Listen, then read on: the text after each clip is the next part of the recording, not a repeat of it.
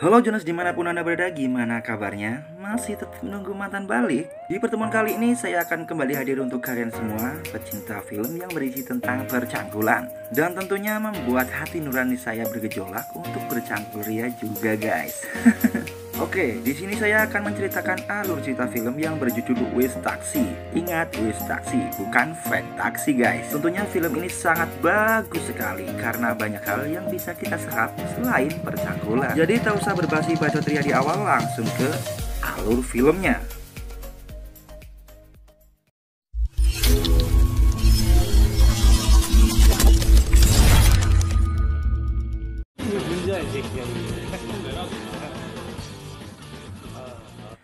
Scene dimulai dari segerombolan pemuda yang asik nongkrong di cafe Indoyogi. Dan kita akan berfokus ke pemuda yang satu ini guys. Ia bernama Inman.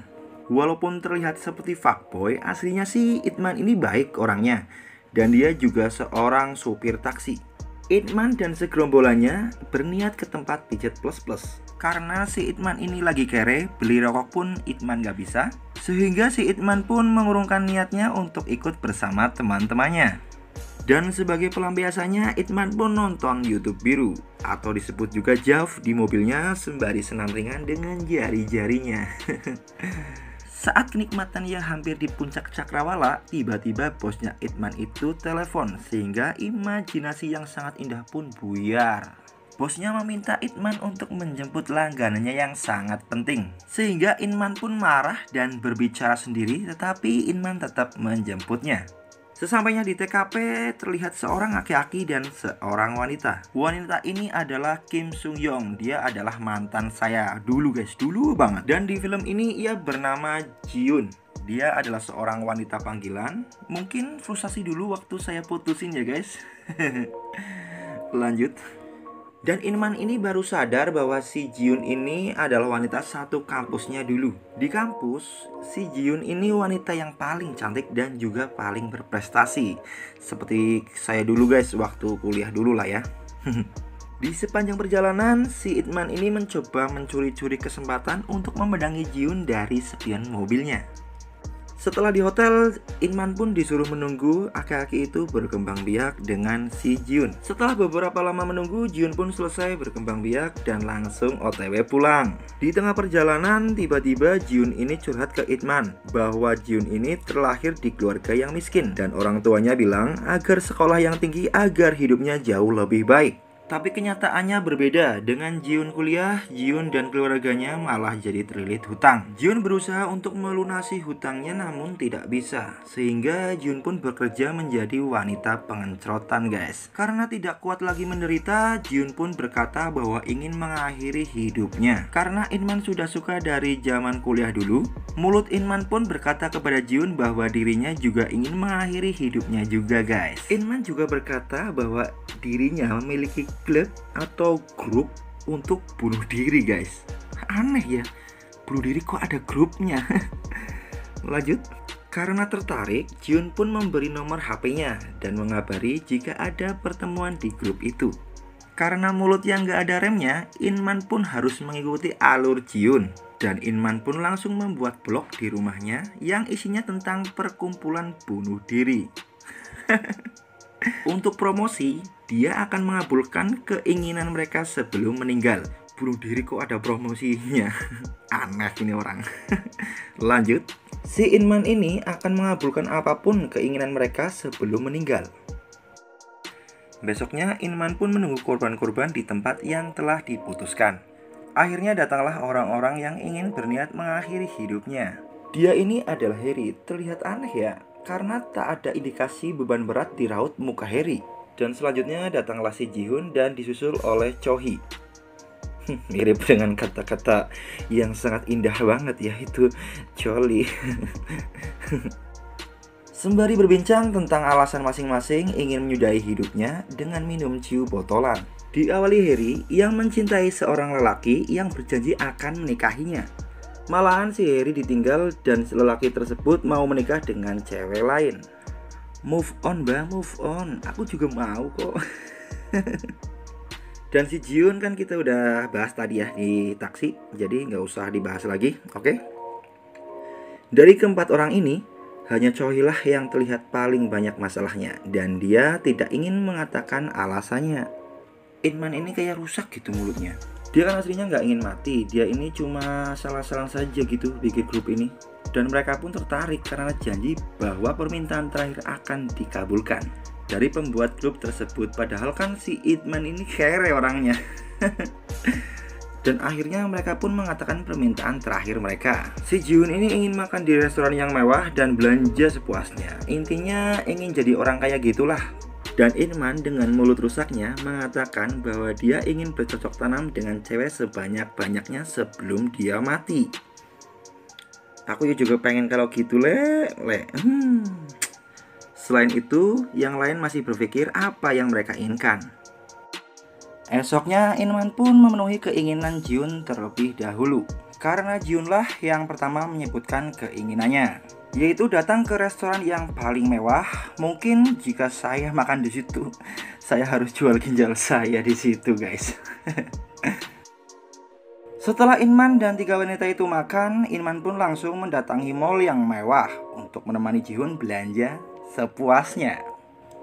Di sini saya heran guys, kok bisa ya Inman membayar ini semua? Padahal kan Inman ini orangnya kere gitu guys.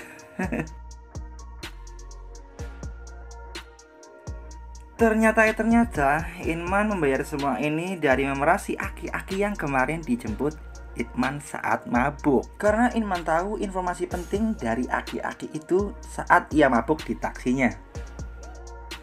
Setelah selesai berbelanja, mereka pun lanjut bersenang-senang dengan mampir di sebuah penginapan. Di penginapan itu mereka berpesta dengan makan-makan dan minum-minum tuak puji. Sampai-sampai si Harry ini mabuk guys, sehingga Chohi membawanya ke kamar. Dan terlihat Jihoon yang sangat senang karena keinginannya sudah tercapai. Jihoon pun ingin mengabulkan permintaan Inman. Ada yang masih ingat keinginan Inman?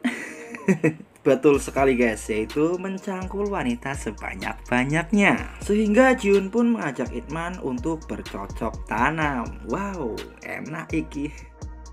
Jihoon pun langsung ke kamar tentunya untuk memenuhi keinginan Inman. Di sini Inman panik guys. Ya karena Inman ini kan cuma asal-asalan gitu ya saat mengatakan keinginannya. Setibanya di kamar dengan suasana yang damai dan disertai birah yang membara.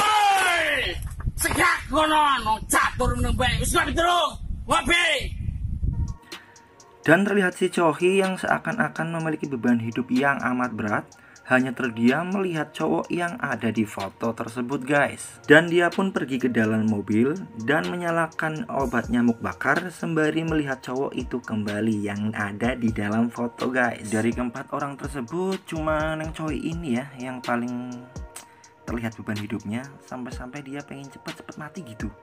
Saat Inman mau ke dalam mobil untuk mengambil sesuatu, Inman ini menemukan Chohi yang berada di dalam mobil dengan begitu banyak asap di dalamnya. Inman pun langsung mengeluarkan Chohi. Untung saja si Chohi ini masih bisa terselamatkan.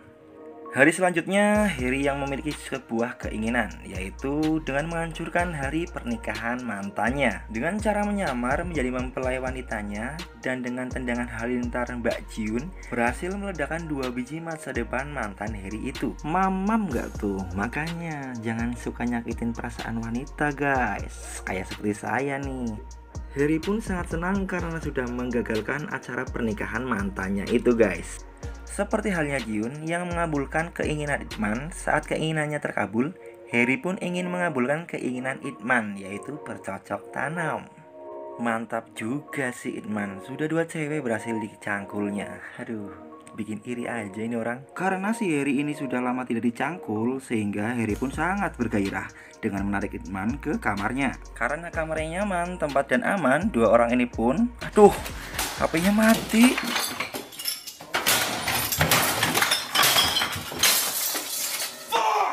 Maaf ya guys, kadangkala HP saya error gitu guys, kadangkala mati sendiri. Maklum lah, HP kentang. Oke, lanjut.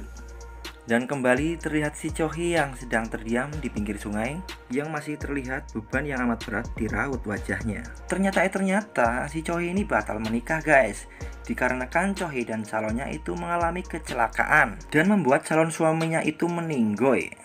Pantes ya, si Chohi ini terlihat sangat sedih banget guys. Malamnya karena Choi belum memiliki keinginan, karena Choi ini pengennya cepat-cepat mati aja gitu. Kemudian si Choi ini akan mengabulkan keinginan Ip-man terlebih dahulu, yaitu bercocok tanam. Asli saya emosi banget guys, kayak iri banget gitu sama Ip-man. Ia berhasil mencangkul 3 cewek sekaligus, dan anehnya nggak ada yang marah pula. Aneh kan?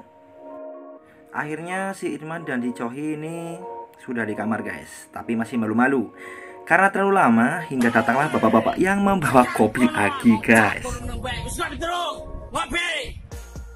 Keesokan harinya mereka diminta untuk menyendiri selama 2 hari sebelum melakukan bunuh diri. Kemudian orang ini mencari arti hidup dari diri masing-masing dengan Ji-Yoon yang menjual barang kesukaannya dan memberikan semua uang untuk orang tuanya agar bisa untuk membayar hutang-hutangnya guys. Namun ibunya sudah menjual semua barang-barangnya untuk melunasi hutang tersebut.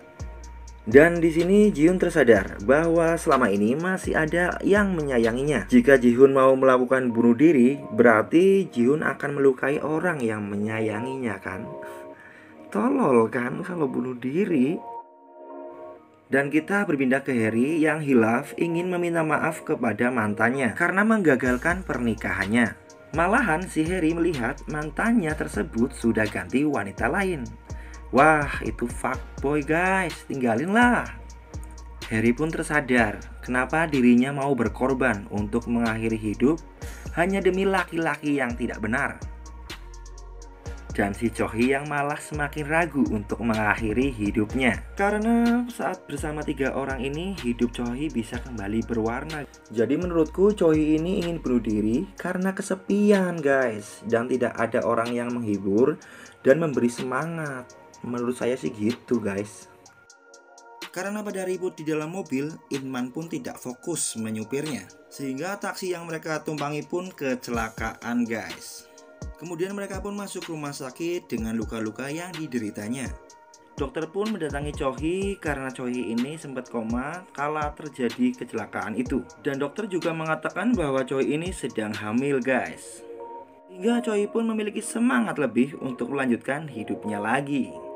Saat mereka berkumpul, Choi pun ingin mengutarakan permintaannya karena Choi lah yang belum menyebutkan permintaannya dari awal guys. Dan Choi pun menyebutkan permintaannya tersebut, yaitu Choi ingin mereka berempat untuk melanjutkan hidupnya dengan lebih baik lagi. Dan mereka pun menyetujuinya.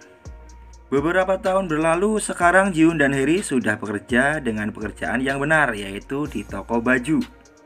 Dan Ip-man yang menikah dengan Choi dan sudah memiliki anak, dan Choi pun sedang hamil lagi guys. Dan mereka pun menjalani hidup dengan damai dan tentunya bahagia, serta film ini pun berakhir.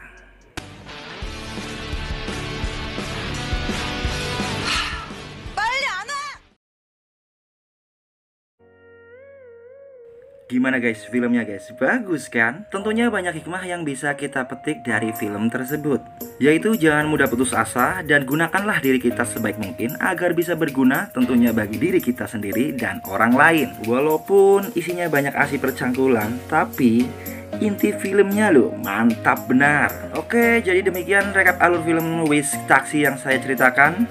Semoga bisa menghibur kalian semua. Jangan lupa support terus channel Film Asik-Asik dengan cara klik tombol subscribe agar kalian para Jonas tidak ketinggalan film terbaru dari Film Asik-Asik. Saya pamit undur diri. Assalamualaikum warahmatullahi wabarakatuh.